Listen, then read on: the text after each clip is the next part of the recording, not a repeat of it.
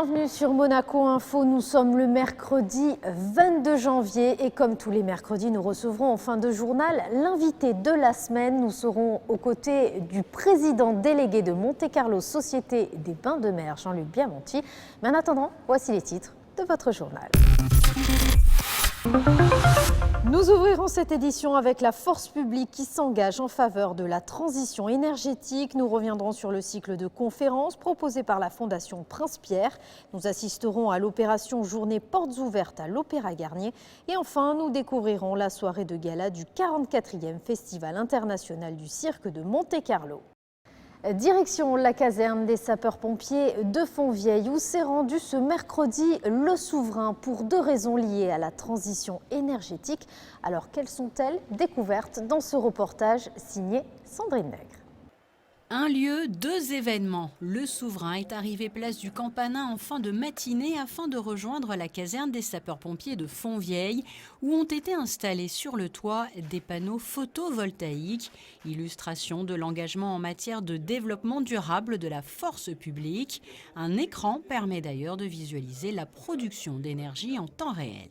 Depuis l'avènement du prince souverain, où dans son discours, effectivement, on a tous pris conscience, et on n'est pas les seuls, on l'espère d'ailleurs, qu'effectivement il fallait se poser la question sur ce développement durable. Et déjà 2005, un certain nombre d'actions avaient été engagées par les chefs de corps de l'époque, justement sur, comme je l'ai précisé, sur la réflexion notamment des gestes, des éco-gestes, sur le tri sélectif, sur notamment l'acquisition de véhicules électriques, même si à l'époque la technologie n'était pas encore au rendez-vous. L'inauguration par le prince souverain de ce champ photovoltaïque qui est installé sur la caserne des sapeurs-pompiers. C'était une demande, pour que vous sachiez, dès la réhausse de cette caserne en 2010, c'était un de mes vœux, mais qui n'avait pu être réalisé, je pense, faute d'une maîtrise de la technologie à l'époque. Second événement, toujours au cœur de cette même caserne et en lien aussi avec l'avenir de la planète, la signature par la force publique du pacte national pour la transition énergétique, l'occasion de signaler que le cap des 100 entités adhérentes est franchi. C'est tout à fait significatif et c'est tout à fait important qu'une telle entité, qu'une telle institution de la principauté s'engage de cette façon. Bien sûr, ils rejoignent un groupe déjà important d'institutions et de groupements, d'entreprises. Et donc, c'est la 100e entité qui s'engage. Il y a aussi, vous le savez, beaucoup de signataires individuels qui se sont engagés aussi depuis quelques années. Et je crois que ça va tout à fait dans le sens que j'espérais et que nous espérions tous au sein du gouvernement et des entités qui ont mis cela en place, c'est que au bout de quelques années, il y ait le maximum de personnes individuelles, mais aussi d'entités qui puissent s'engager. Signature de la force publique qui implique plus de 270 personnes puisque cette force comprend à la fois la compagnie des carabiniers du Prince et le corps des sapeurs-pompiers de Monaco. Le cycle de conférences de la Fondation Prince-Pierre a débuté lundi soir au Théâtre des Variétés avec à l'honneur l'auteur Suzy Morgenstern autour de l'importance de l'écriture. Sandrine Nègre vous en dit plus. Elle a le pouvoir de transmettre sa passion, une passion bien contagieuse, et c'est tant mieux celle de l'écriture. On l'écouterait ainsi des heures nous parler du son d'un crayon sur du papier à lettres, de l'odeur qui se dégage de l'encre d'un stylo plume, de la beauté des pages d'un cahier lorsqu'elles se remplissent peu à peu. Je suis née dans une famille tellement bruyante que la seule façon de placer un mot, c'était de l'écrire. Et je crois que c'est ça. C'était bénéfique en ce que je savais que si je voulais parler, il fallait que je l'écrive. J'ai toujours écrit. Il y a des gens qui sont nés avec la cuillère en argent dans la bouche. Moi, c'était un crayon dans la bouche. J'ai écrit, je m'enfermais des heures dans ma chambre. Avant de savoir écrire, je copiais des livres que je ne savais même pas lire. À travers cette conférence proposée dans le cadre du cycle de la Fondation Prince-Pierre, Suzy Morgenstern a ainsi pu transmettre, dialoguer, échanger, partager, parler des activités qu'elle affectionne tout particulièrement. Elle multiplie d'ailleurs les séances pédagogiques avec toutes les générations, pas seulement les enfants. J'ai fait des ateliers d'écriture pour des dames de service de la ville de Nanterre, des femmes qui étaient pratiquement analphabètes. Et elles ont écrit des merveilles. Et aussi des RMistes de Beauvais. C'est fou ce qu'ils ont raconté. Moi, je pense que tout le monde peut écrire. En tout cas, j'ai vu le succès autour d'une table quand on fait un atelier d'écriture. Maintenant, est-ce qu'on peut avoir le drive, l'élan comme j'ai?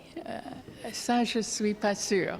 Et longtemps que je suis là, je ne sais pas si après ça va continuer. Prochain rendez-vous de la Fondation Prince-Pierre le lundi 3 février avec cette fois-ci Jean-Christophe Maillot sur le thème « Danser la vie ». Parlons musique à présent avec l'opération Journée Portes ouvertes à l'Opéra Garnier. Le public était venu nombreux afin d'assister à la représentation La Bohème de Puccini. Un reportage de José Sacré. Samedi 18 janvier, plusieurs centaines de spectateurs ont eu le privilège de découvrir le premier acte de La Bohème de Puccini en répétition lors de l'opération Portes ouvertes à l'Opéra, voulu par le directeur de l'Opéra de Monte-Carlo, Jean-Louis Grinda. J'y tiens parce que c'est une occasion de rencontre assez unique entre le public et nos spectacles. C'est l'occasion de voir une répétition, un moment décontracté, enfin faussement décontracté, où tout n'est pas encore prêt, ni les lumières, les costumes ne sont pas là, le chef d'orchestre peut s'arrêter, le metteur en scène peut arrêter la représentation, un chanteur peut chanter ou pas, et il peut se produire encore pas mal d'erreurs, mais les gens participent un peu au mystère de la préparation, ce qui est assez agréable. 2 mots sur la production, mise en scène par vous et que vous avez montée avec l'Opéra d'Oman à Mascate. Oui, on l'a créé fin septembre, début octobre à Mascate. C'était une demande, une commande de l'Opéra d'Oman et de son directeur Umberto Fanni. Et je dois dire qu'on a une très bonne collaboration avec eux. J'étais heureux qu'ils me demandent de faire cette bohème et heureux de pouvoir la reprendre ici. C'est une... Qui eût dit il y a une quinzaine d'années qu'on coproduirait un opéra avec un grand pays, ou un petit pays d'ailleurs en l'espèce, de la corne arabique.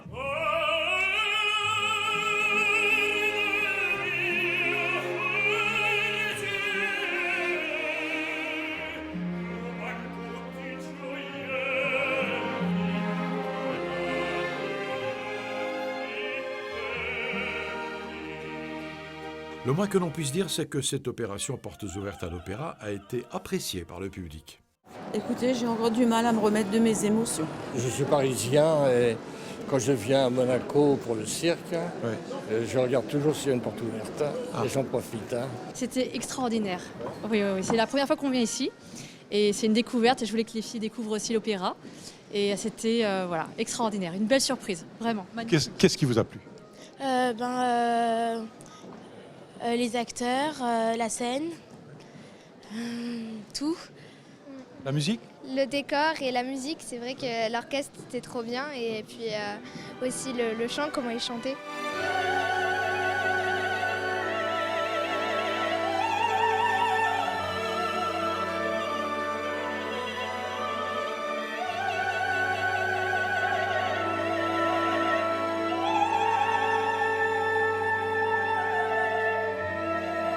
Toujours dans le but d'élargir le public de l'opéra, Jean-Louis Grinda propose plusieurs fois dans la saison des soirées jeunes publics. Ainsi, le 31 janvier, les moins de 26 ans pourront assister à une représentation de la Bohème pour moins de 20 €.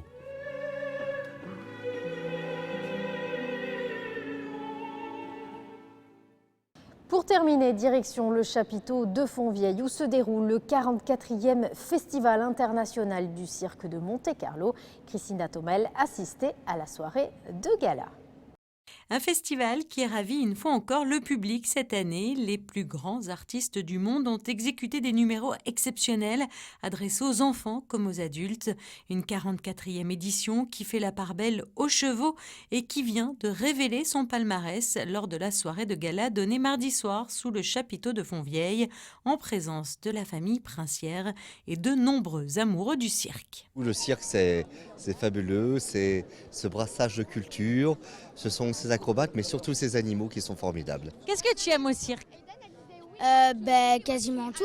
C'est vrai que Monaco reste le festival des festivals. C'est la plus grande manifestation au monde et je dirais le public ne s'y trompe pas et c'est quelque chose de fabuleux. Quel numéro tu as préféré ce soir par exemple? Le numéro avec la fille aux cheveux rouges et le truc où il se tenait par les dents, c'était très joli. Moi je suis toujours impressionnée par la souplesse de ceux qui font tout ce qui est agrès en hauteur aussi, le trapèze, voilà.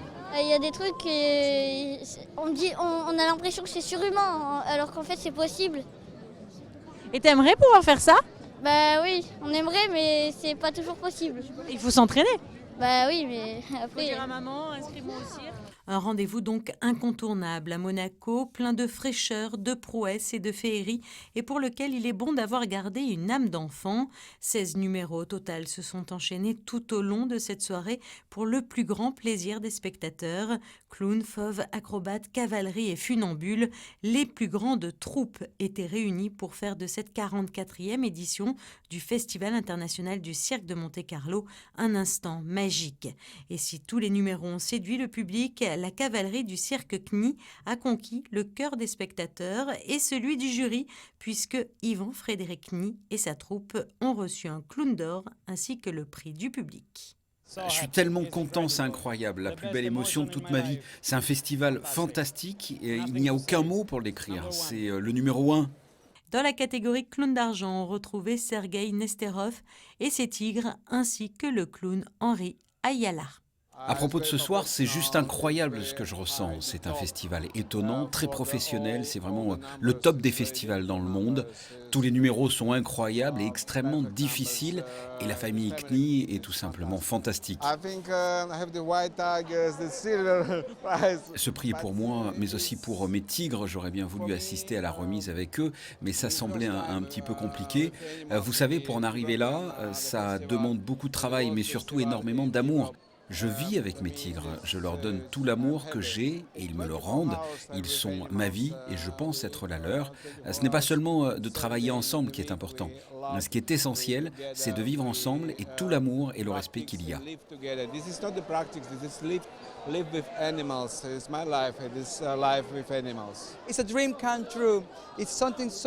C'est un rêve devenu réalité, c'est hallucinant, incroyable. Monaco fera dorénavant partie de mon histoire et pour un clown, de recevoir un clown d'argent de ce festival, je pense que c'est tout simplement fou, un rêve.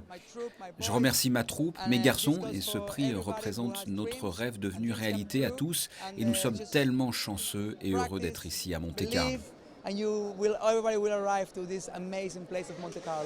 Au total, ce sont 3 clowns d'or, 4 clowns d'argent et 4 clowns de bronze qui ont été remis au cours de la soirée par la famille princière.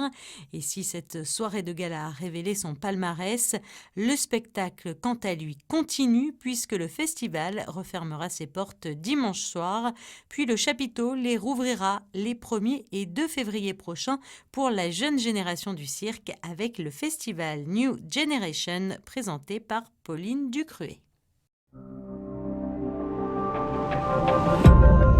Nous avons pris la direction de l'Hôtel de Paris pour y rejoindre notre invité de la semaine. J'ai à mes côtés le président délégué de Monte-Carlo Société des Bains de Mer, Jean-Luc Biamonti. Bonjour. Bonjour. Merci de rejoindre Monaco Info. Alors, on vient de l'entendre, 2020 annonce d'ores et déjà de multiples projets pour la société. Est-ce qu'on peut peut-être commencer par ce réaménagement de la place du Casino ? Oui, alors c'est la fin du réaménagement de cette zone, puisqu'on a eu la réfection entière de l'Hôtel de Paris, on a créé le One Monte Carlo, on a ensuite refait les Jardins des Boulingrins, où se trouvaient les boutiques éphémères, et nous terminons l'ensemble en redessinant effectivement la place du Casino. Et le scoop, c'est qu'il n'y aura plus de camembert. La place sera remise à plat, ce sera une place d'allée, qui permettra de dégager beaucoup d'espace pour pouvoir faire un certain nombre de manifestations. Et je pense que vous avez déjà entendu parler, vous et vos téléspectateurs, d'un grand concert Céline Dion pour le 18 juillet. Et donc c'est typique. Et on en profitera aussi un peu avant ça. Le 4 juillet, il y aura la fête de la danse, la 2e édition de la fête de la danse.